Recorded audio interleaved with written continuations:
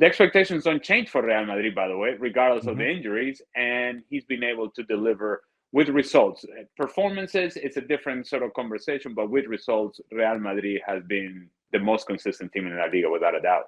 And that's the thing, only 7 games that they haven't won. They currently have the same number of points as they did for the entirety of last season, 78 points. Barca had 88 in winning the title last year, so Real Madrid 10 points short of that. You mentioned the fixtures. This is what Real Madrid have left after Barcelona. They go to Real Sociedad. They're at home to Cadiz. They're at Granada. They're at home to Alaves. They're at Villarreal. And they're at home to Betis. So the likelihood of them slipping up, even if Barcelona win this weekend, is, well, unlikely. So where would that leave Barcelona? Because similar to my first question about if I'd asked you this question yesterday, would your answer been different? If I'd asked you about Xavi yesterday prior to the Champions League exit and the talk that he may be staying after all at the end of the season, 24 hours on, was that a fatal blow to Xavi's hopes, even if he says he isn't going to be staying? But the jungle drums were beating in his favour. Does that mean they're on the lookout for somebody else now? Well, personally, I don't think he was staying regardless. Once you make this sort of decision and you make this public and you go through all the press conferences and explain your decision as to why you're doing it, then it would make no sense to backtrack, because here is the plausible scenario. When you think about next year, let's just say, for sake of argument, that you hang on to Xavi and you say, well, we're going to believe in this project now. We didn't quite believe, but we're going to believe now. Right. And then you don't get off to a good start next season. And what happens? We all of a sudden become non-believers again. And now you have gone through a whole transfer window period in which you perhaps could have gone after a manager and a set of players that manager would want to utilize and would want to have available, and all the circumstances and situations that we have with Barcelona in regards to their player acquisition or lack thereof because of their own limitations. Yeah, you don't want to get to the same position that you were at the beginning of this year, with the team struggling and wondering what are you going to do with the manager. The manager has already said he's going, and so therefore, I imagine the moment that he said he was going, and whatever the conversations were with Barcelona behind closed doors, that Barcelona then decided, okay, we have to formulate a plan as to what comes ahead, whether that's Rafa Marquez, who would seem to be the natural transition, or the sort of convenient transition, because it would cost Barcelona, comparatively speaking, no money. And it would be the cheapest option. Mm-hmm. And Barcelona, at this point, it seems like the cheapest option sometimes is the best option. I imagine that Barcelona has been going through all these scenarios, and so therefore, I don't think that a long, successful run in Champions League was going to change that. I think from the outside looking in, we are saying, yeah, sure, why not? I think Xavi, once you make that decision, you don't backtrack. I want to speak more about Rafa Marquez in a second, but just a reminder that on Sunday, exclusive coverage of El Clasico, Real Madrid against Barcelona. We're on air an hour before kickoff at 2 p.m. Eastern, 11 a.m. out west, with kickoff at 3 Eastern and noon out west. And there is a watch party as well going on in Anaheim, if you fancy getting involved there. So Rafa Marquez, you mentioned. Now, what we've seen a lot from Barca this season, sometimes it's been deliberate, sometimes they haven't had much choice, is to play the kids. And when I talk about not having much choice, Marc Guéhiou off the bench against Athletic Club, second touch and he scores a goal. But then Pau Cubarsí and others, Hector Fort at right back, have come in and they've done a sterling job. So when you're talking Rafa Marquez and you're talking Barca B and knowing all the players in La Masia and the reserves as well, does that make sense? Well, look, if it is Rafa Marquez, it's not because they're going to play the young guys. It's as I mentioned earlier, it's the convenient, cheapest option available. It's not.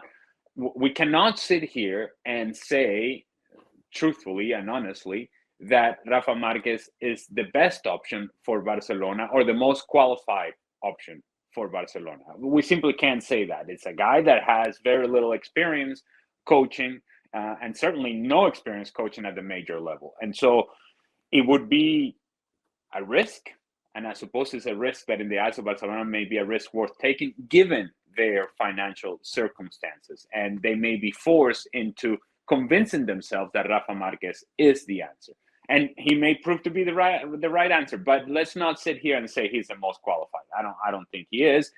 I just don't know that Barcelona can actually expand their sort of their options out into the world because they have issues, financial issues that they haven't resolved and that they're still dealing with, and those they will continue to live with for now and in the foreseeable future. And so that's why you make the decision for Rafa Marquez. You don't make the decision for Rafa Marquez because you're thinking, oh, he's going to play the young guys. Whoever comes in is going to have to play the young guys. And mind you, that's what I would do if I would go into Barcelona, because I think the young guys are some of my best players.